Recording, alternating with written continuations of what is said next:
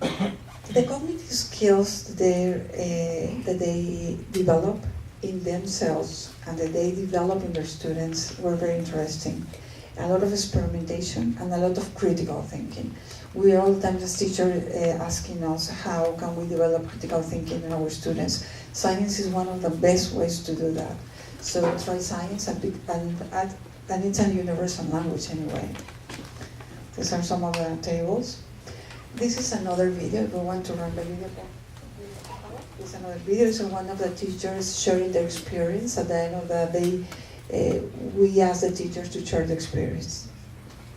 El proceso de aprendizaje que llevamos a cabo nos deja a mí en lo personal con mucha satisfacción en buscar el material, verlo ya sea en forma de gráfico, en forma de unas aplicaciones que tienen computadora en las que hacías una selección y veías si estabas correcto o incorrecto, y los experimentos que ustedes también realizan, pues mucha satisfacción de participar en la verdad es que fue sorpresa y muy padre, muy bonito. So this is what teachers said about living, to be in science, to be part of science, to act as science people. We all the time ask surveys how they did, what did they learn. We never ask, do you like how the teacher gave the class? We never ask that. We ask if this part of the program was important for you, how can you apply this in your classroom? What did you learn? What do you like most? How are you going to apply this in your classroom? This is it. Okay, and then we have some of the real testimonies of the teachers that I just meet. Okay, for example, these are just the real testimonies of the teacher. We practice different topics in a different and fun way. It made us reflect in a fun way. Very entertaining and fun to use in the classroom. So when we have fun in the classroom, when teachers are engaged, when students are engaged, I think we are completing our goals as teachers. So this is another of the activity, Can you change that for me? I can. Backwards, para atrás tantito, backwards. Okay, look what we have there. We have a heart there. It's a big heart, of course. It's not a human one. Some teachers ask, is that human? Yes, the other teacher. She donated her heart. No. It's big heart. They ate the rest of the pig in the morning. So we use gloves, and this is just part of the environment because it's for eating. So they are very, very. So how we teach to take care of our body is how it works. So we teach with the real organs how our body works. Heart is very clean and it's very simple. Stomach is a little messy. The pig just ate before killing it. So it's a little bit messy, but it's very fun. So we have more testimonies. It allows involving all the students and mobilizing their learning. I think that one of the most important things that we have to do is mobilize the learning. Very good, very complete. I really like the last one. God bless you. I don't want to leave. I want to be here. I think that when students when we hear that, that's, oh yes, we're doing that in the right way. Look at the faces of the teachers. They are having a fun time. And they are just putting water, they're measuring water. Don't imagine that it's sulfuric acid doing, no, it's just they're measuring water. It's very simple, but they are having a very fun time. We ask them to define the adjectives, to use one adjective per session, and this is how they define the sessions: inspiring, motivational, fun, entertaining, different, alternative, new. So I really like to hear those adjectives because they are going to take these activities and they are going to take the activities home. Look at the teachers doing engineering with the nails done. They can do that.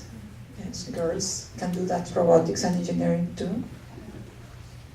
We ask the teachers at the end of during the workshop to give different things that they have to put in their portfolio. we asked them that they made a big presentation of them, what are they thinking of science, how are they going to teach science in their classroom. And this is one of the things that, there are some samples, and the evidence that they had been working with these activities in their classrooms. Teachers happy using technology, we love that. And the result of the follow-up study is this. Look, the same activity that we did with the teachers, they replicate with their students. Maybe they were preschoolers or elementary school students or high school students. They were replicating the same activity with different school age levels.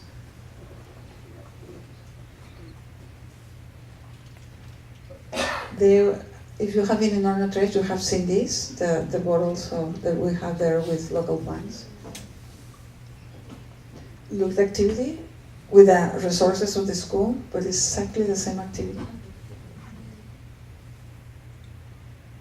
You have kids doing the rockets to the NASA kids doing the rockets to the moon. Yes, we have that too.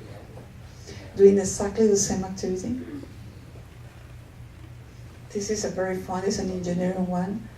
That teacher, they say, can I borrow your material because I want to use that tomorrow in my classroom? Yes, you can use that. Look at the faces of the kids. We just published this in a journal. We just sent the paper for international journal the last week, and it's going to be published about the teaching strategies that we are using at Orno 3. We have all the information of this at Orno 3. We have all the science information on the activities. If you want to do that with your kids, I think if you use English with these activities, you're going to involve them in a very simple and a very creative way. We have all the activities at the web page of Orno 3. I would like to hear from you if you have any question, if you have any thought about this. What do you think about the teacher training in this way?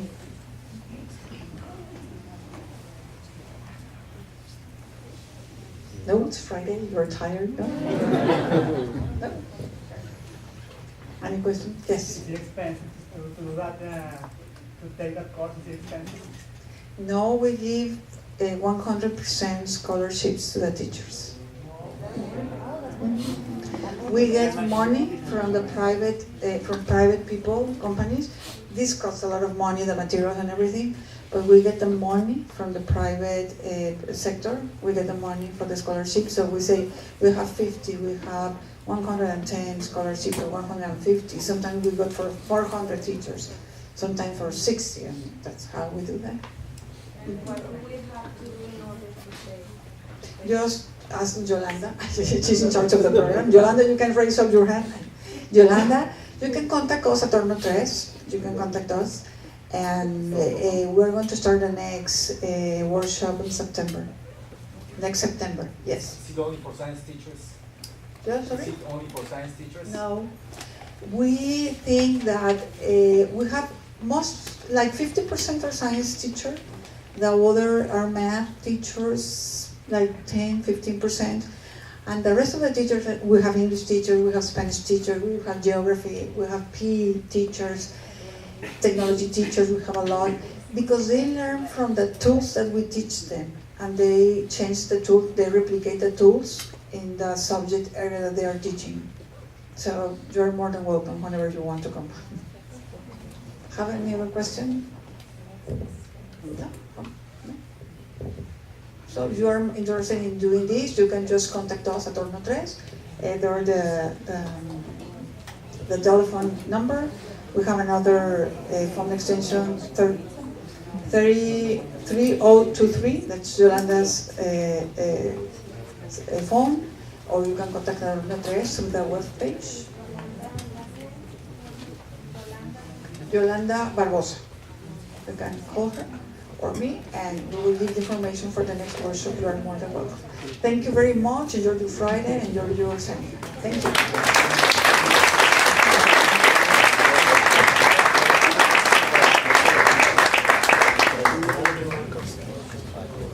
Malin, I would like to give this token of appreciation to Dr. Claudia Ferndandez Limon. My eyes. Sorry about that.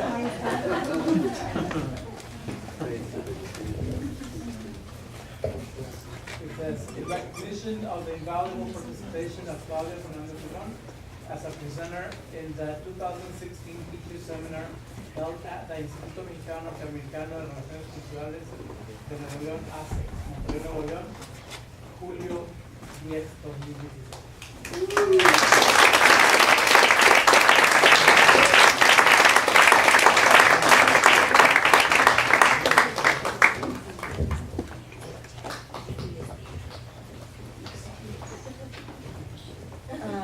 Le otorgamos la presente constancia a Claudia Ferndandez Limon por haber participado como ponente en el seminario para maestros de inglés, Teaching for Learning, Leading the Path to Excellence, del Instituto Mexicano Norteamericano de Relaciones Culturales.